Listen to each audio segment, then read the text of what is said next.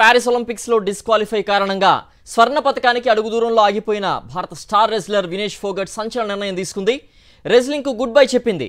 Wrestling కు వీడ్కోలు పలుకుతున్నట్లు X లో ట్వీట్ చేసింది. నాపై కుస్తీ గెలిచింది, నేను ఓడిపోయా, మీ కళ నా ధైర్యం చెదిరిపోయాయి, ఇప్పుడు నాకు పోరాడే శక్తి లేదు. గుడ్ బై రెజ్లింగ్ 2001-2024 మీ అందరికీ ఎప్పటికీ రుణపడి ఉంటా, క్షమించండి అంటూ ఎక్స్లో చేసిన పోస్ట్లో పేర్కొంది వినేష్ ఫోగట్. భారత్కు గోల్డ్ మెడల్ సాధించిపెట్టే ఛాన్స్ తనపై పడిన అనర్హత వేటు రూపంలో ఆమెకు దూరం అయింది. స్వర్ణ పథకం అందుకోవాలన్న కల సాకారం కాకపోవడం ఫోగట్ను ఎంతగా బాధించిందనేది ట్వీట్లో ఆమె వ్యక్తం చేసిన ఆవేదన ఏకంగా రెజ్లింగ్కు వీడ్కోలు చెప్పడాన్ని బట్టి అర్థమవుతోంది.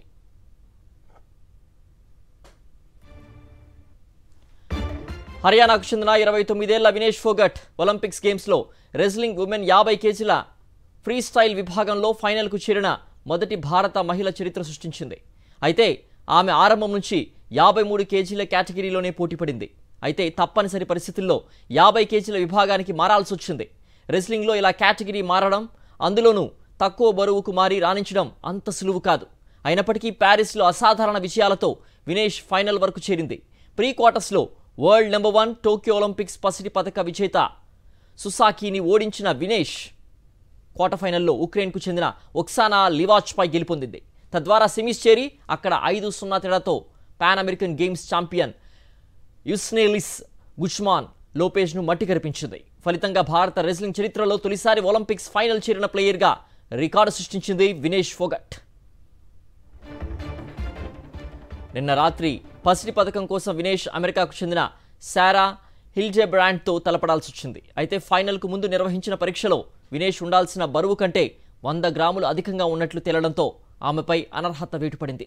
50 కిలోల కాస్త ఎక్కువ బరువే ఉన్నట్లు ముందే రోజే తెలుసుకున్న వినేష్ ఫోగట్ ఆ రోజు రాత్రంతా బరువు తగ్గాలని విశ్వ ప్రయత్నాలు చేసింది. ఫోగట్ ఆహారం ఏమీ తీసుకోకుండా ఆకలితో ఉండడం, కనీసం ద్రవాలు కూడా తాగకుండా ఉండడం, చెమట పట్టేందుకు జాగింగ్, సైక్లింగ్, స్కిప్పింగ్ వంటి వర్కౌట్స్ చేయడం, జుట్టును చిన్నగా కత్తిరించుకోవడం వంటివి చేసింది. ఇలా రాత్రంతా ఎన్ని ప్రయత్నాలు చేసినా ఉదయం ఆమె ఉండాల్సిన దానికంటే అధిక బరువు ఉందని నిర్వాహకులు గుర్తించి పోటీకి డిస్క్వాలిఫై చేశారు. ఇలా గోల్డ్ మెడల్కు స్టార్ రెజ్లర్ ఫోగట్ దూరం కావడం భారతీయుల హృదయాల్ని కలచివేసింది.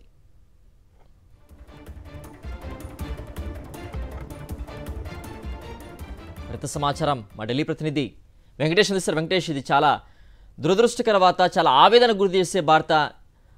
సో దీనిపై రెజ్లింగ్ క్రీడాకారులు, రెజ్లింగ్ కోచెస్ ఏమంటున్నారు?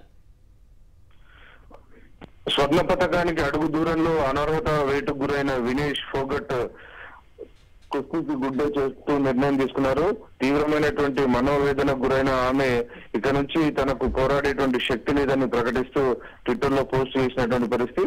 సో ఆ నేపథ్యంలో ఆమె సెమీఫైనల్ లో గెలిచిన నేపథ్యంలో సిల్వర్ మెడల్ ఇవ్వాలని కోర్ట్ ఆఫ్ ఆర్బిట్రేషన్ సెంటర్ లో ఆమె ఒక కేసు కూడా దాఖలు చేసినట్టు తెలిసింది. అలాగే ఈ మొత్తం నిర్ణయం తనను డిస్క్వాలిఫై చేస్తూ నిర్ణయాన్ని కూడా సవాల్ చేస్తూ ఆమె ఒక కేసు దాఖలు చేశారు. సో దీనిపైన విచారణ జరిపి నిర్ణయం తీసుకోవాల్సి ఉంటుంది. సో మొత్తానికి ఆమె డిస్క్వాలిఫై కావడంతో ఈమె చేతిలో ఓడిపోయినటువంటి సెమీఫైనల్ అభ్యర్థి ఎవరైతే ఉన్నారో ఆమె ఫైనల్ ఆడేటువంటి అవకాశం లభించినట్టు పరిస్థితి. మొత్తానికి ఒక అడుగు దూరంలో స్వర్ణ పథకం చేజారడంతో తీవ్రమైనటువంటి మనోవేదనకు వినేష్ ఫోగట్ గురయ్యారు. ఇంకోవైపు ప్రధానమంత్రి నరేంద్ర మోడీ కూడా ఆమెకు పూర్తిగా అండగా నిలుస్తామని వచ్చే 2024 ఒలింపిక్ తయారీకి అవసరమైనటువంటి సహాయ సహకారాలన్నీ కూడా కేంద్ర ప్రభుత్వం అందిస్తుందని చెప్పారు. అలాగే ఈమె 100 గ్రాముల అదనపు బరువుకు సంబంధించినటువంటి అనర్హత పైన కూడా పెద్ద ఎత్తున నిరసన తెలపాలని ఇప్పటికీ ఆమె తరపున పోరాటం చేయాలని పిటి ఉషాకు ప్రధానమంత్రి నరేంద్ర మోడీ ఆదేశాలు ఇచ్చినటువంటి పరిస్థితి మనం చూసాం. ఒకవైపు ఆమె న్యాయ పోరాటం చేస్తున్నారు, ఇంకోవైపు మాత్రం ఆమె ఇక్కడ నుంచి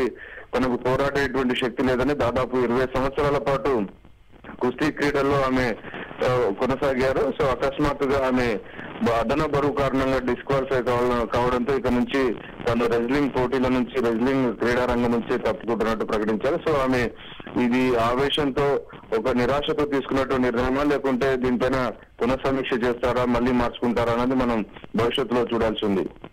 ఓకే వెంకటేష్.